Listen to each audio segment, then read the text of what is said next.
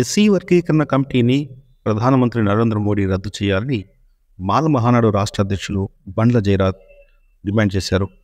ప్రొద్దుటూరు తహసీల్దార్ కార్యాలయ ఆవరణలో ఎస్సీ వర్గీకరణ కమిటీకి వ్యతిరేకంగా ఆందోళన చేపట్టారు.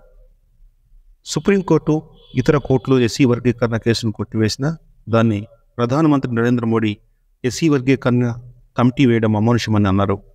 భారత రాజ్యాంగ నిర్మాత డాక్టర్ బిఆర్ అంబేద్కర్ అనగారిన కులాలన్నింటినీ కలిపి రాజ్యాంగంలో 341 ఆర్టికల్ చేర్చి ఒక కులాన్ని చేర్చడం కానీ ఉన్న కులాలను విభజించవద్దని రాజ్యాంగంలో పొందుపరచడం జరిగిందన్నారు.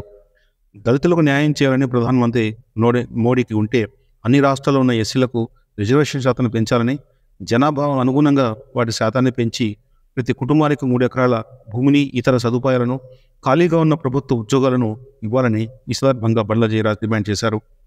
ఆందోళన అనంతరం మాల మహానాడు తరఫున స్థానిక తహసీల్దార్కు వినతిపత్రం సమర్పించారు.